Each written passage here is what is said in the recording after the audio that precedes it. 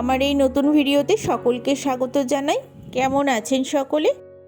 এখন ওই দুপুর 2টো মতো বাজে, আর এই সময় থেকেই ভিডিওটা আজকে শুরু করছি। পুরোটা দেখতে থাকুন, আশা করছি ভালো লাগবে।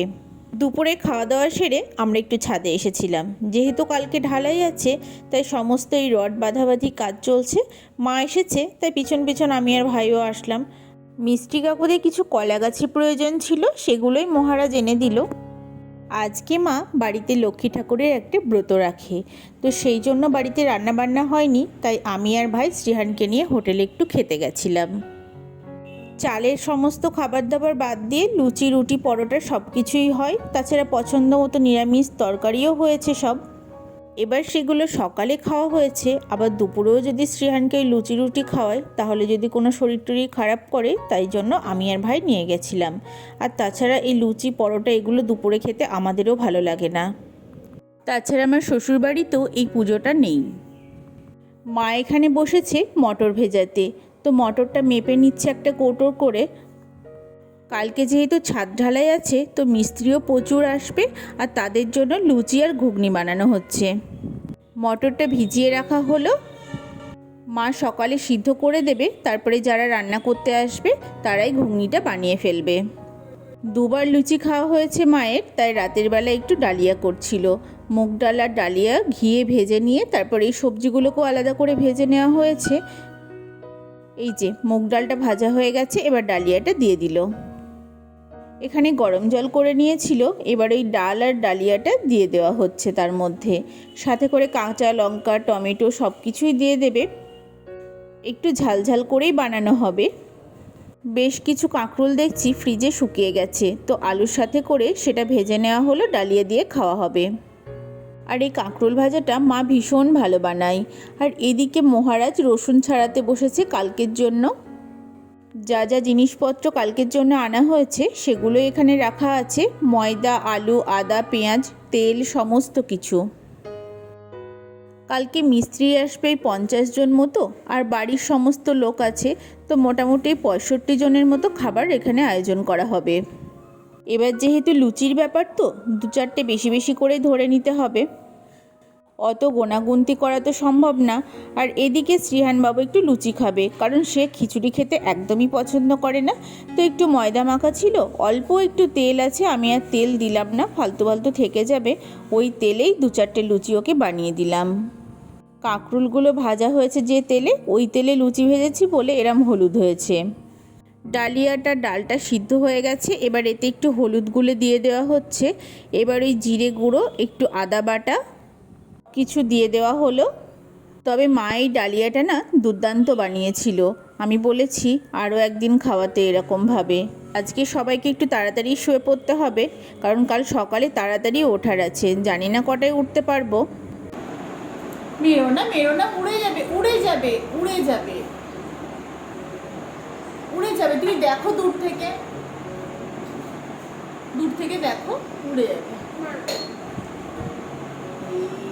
এই যে ডালিয়া আর কাঁকরোল ভাজা নিয়ে এখানে খেতে বসেছি সবাই। চলুন খাওয়া দাওয়াটা সেরে নিই, আবার আসছি সকালে। মা এখানে রেডি হয়ে গেছে ওই ঢালাইয়ের পুজো করার জন্য, আর আমিও একটা শাড়ি পরে নিয়েছিলাম। বাড়িতে কোনো ছোটোখাটো অনুষ্ঠান থাকলে, পুজো বা যাই হোক, আমার এই শাড়ি পরতে ভীষণ ভালো লাগে। রেডি হয়ে গেছি পুরো, এবার যাব ওই নতুন ছাদে। ওখানে বাপি বললো একটু যেতে। মা সমস্ত জিনিসপত্র নিয়ে গেছে, সাথে করে মহারাজও গেছে, আর আমিও কিছু কিছু নিয়ে যাই, তাহলেই হয়ে যাবে। এদিকে রান্নাবান্নার প্রস্তুতি মোটামুটি শুরু হচ্ছে। পুজো করতে আসা মাত্রই ঝিরিঝিরি করে বৃষ্টি শুরু হয়ে গেছে। মহারাজ একটা ছাতা ধরেছিল, এদিকে মা পুজোর জোগাড় করে নিয়েছে। সমস্যা হয়ে গেছে, প্রদীপ আর ধুনোটাকে কিছুতেই জ্বালানো গেল না। সকালের দিকে তো এই ওয়েদার দেখে ভেবেই নেওয়া হয়েছিল হয়তো আজকে আর এই ঢালাইয়ের কাজ হবে না। তারপরে যেই ওয়েদারটা একটু মোটামুটি ভালো হয়েছে, তো হেডমিস্ত্রি ফোন করলেন যে না, আজকেই ঢালাইয়ের কাজ কমপ্লিট করা হবে। এই যে ঢালাইয়ের পুজোর নিয়ম অনুসারে প্রথমকার এই মশলাটা বাড়ির কাউকে দিতে হয়, মানে বাড়ির যে সদস্য, প্রধান সদস্য, তাকেই দিতে হয়। মায়ের পরে আমি যেহেতু ওখানে ছিলাম, বাপি ছিল না বাড়িতে, ভাইও ছিল না, তাই আমিও একটু দিয়ে দিলাম। তবে জানেন তো, এটা আমার প্রথমবার, যদিও খুব ছোটোখাটো কাজ, তবুও বেশ ভালো লাগছিল। শ্রীহান সমানে কান্না করছে এখানে আসবে বলে, কিন্তু এই সেন্টারিংয়ের যে বাঁশগুলো আছে ওগুলো পার করে এখানে আসাটা খুব সমস্যা, তার মধ্যে বৃষ্টি হচ্ছে। পুজো হয়ে গেছে, এখানে কাকুটা সবাইকে প্রসাদ দিয়ে দিচ্ছিল। এবার একটু তাড়াতাড়ি করে ওপরে যাই, কারণ শ্রীহানের না আজকে কিছু খাওয়াই হয়নি সেভাবে। এদিকে 9টা বেজে গেছে। প্রসাদ ওপরে আছে। বাড়িতে সকলে খাওয়ার জন্য বাপি কাতলা মাছ এনেছিল, তো মায়েরই রান্না করার কথা ছিল, কিন্তু এই পিসি না দুর্দান্ত রান্না করেন। ওনারা যেহেতু অনুষ্ঠান বাড়ির রান্না করেন, তো ওনাদের রান্নার আলাদাই তাক। তো পিসিকে একবার বলতেই ওই মাছটা উনি বানিয়ে দিয়েছিলেন, এত ভালো খেতে হয়েছিল কি বলবো। এখানে মাসি, বনু, মেসোমশাই সবাই চলে এসেছে। ভাই স্কুলে আছে, ওর পরীক্ষা চলছে, তো সেই জন্য দুপুরে গিয়ে কেউ ওকে নিয়ে আসবে।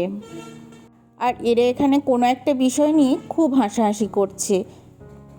এই যে দেখুন, এবার মাছের ঝোলটা কত সুন্দর দেখতে হয়েছে। এবার এখানে ঘুগনিটাও বসিয়ে দেওয়া হয়েছে। ঘুগনির যে নারকেলটা দেওয়া হবে, মহারাজকে সেটা কাটতে বলা হয়েছে, আর সে ভুলে গেছে। এখন নারকেল কাটতে বসেছে, তার জন্যই পিসি গেছে একটু রেগে। পনির, নারকেল কোনোটাই কাটা হয়নি। আমি পনিরটা কাটলাম আর মহারাজ নারকেলটা কেটে দিল। তারপরে তাড়াহুড়ো করে ঘুগনিটা নামানো হলো, কারণ ওনারা তো 1:30টায় খেতে বসবে, তার মধ্যে আবার এতগুলো লুচি বেলা আবার ভাজা। এখানে রান্নার ওনাদের সাথে মাসিও বসে গেছে লুচি বেলতে, আর আমিও ছিলাম। আমারও লুচি বেলতে বেশ ভালো লাগে, কিন্তু আমার যা গতি তাতে সারাদিনেও কমপ্লিট হবে না।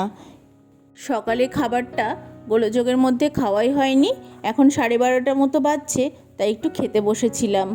আমি রান্নার ওই পিসির সাথে একটু গল্প করছিলাম, যেহেতু উনি পূর্ব পরিচিত, বহু দিন থেকেই আমাদের বাড়িতে অনুষ্ঠানে উনি রান্না করেন। আমার সাধের সময়, বিয়েতে সবসময় উনি রান্না করেছে। বিয়েতে তো সারাদিন যত রান্না হয়েছে উনিই করেছে, রাতে অন্যজন। এই যে আমি এই ভিডিওটা করেছি একটা কারণেই, আমার এই ঢালাইয়ের প্রসেসটা খুব অন্যরকম লেগেছে। লিফটের মাধ্যমে মশলা তোলা হচ্ছে। ছোটোবেলায় যখন ঢালাই দেখতাম, ওই মিস্ত্রিরা মাথায় করে করে একটা কড়াইয়ে করে মশলাগুলোকে ওপরে তুলতো সিঁড়ি বেয়ে বেয়ে। এখন আর অত পরিশ্রম নেই, মেশিনে মশলাটা নিচে মাখা হচ্ছে, লিফটের মাধ্যমে সেটা ওপরে উঠে যাচ্ছে, তারপরে ওখান থেকে আবার ছোট ছোট গাড়ি করে জায়গা জায়গা মতো গিয়ে ঢেলে দেওয়া হচ্ছে। আমার কাছে না এই জিনিসটা সম্পূর্ণ নতুন। রিহান সমানে বায়না করছে এগুলো দেখবে বলে, তারপরে ছোটদা, বৌদি ওরা এসে ছাদে নিয়ে গেল। এটা সম্পূর্ণ দেখতে পেয়ে তবেই সে শান্তি। আমিও একটু ভিডিও করে নিলাম। এগুলো তোলা থাক স্মৃতির পাতায়, যখন বাড়িটা হয়ে যাবে তখন হয়তো এগুলোই দেখব আর মনে পড়বে কিভাবে হয়েছিল। আজকের ভিডিওটা এখানেই শেষ করছি, আবার আসছি নতুন কোনো ভিডিও নিয়ে। ততক্ষণ সকলে ভালো থাকবেন, সুস্থ থাকবেন। ভিডিওটা কেমন লাগলো অবশ্যই একটা কমেন্ট করে জানাবেন। যদি ভালো লাগে একটা লাইক করবেন, চ্যানেলটাকে সাবস্ক্রাইব করার অনুরোধ রইল।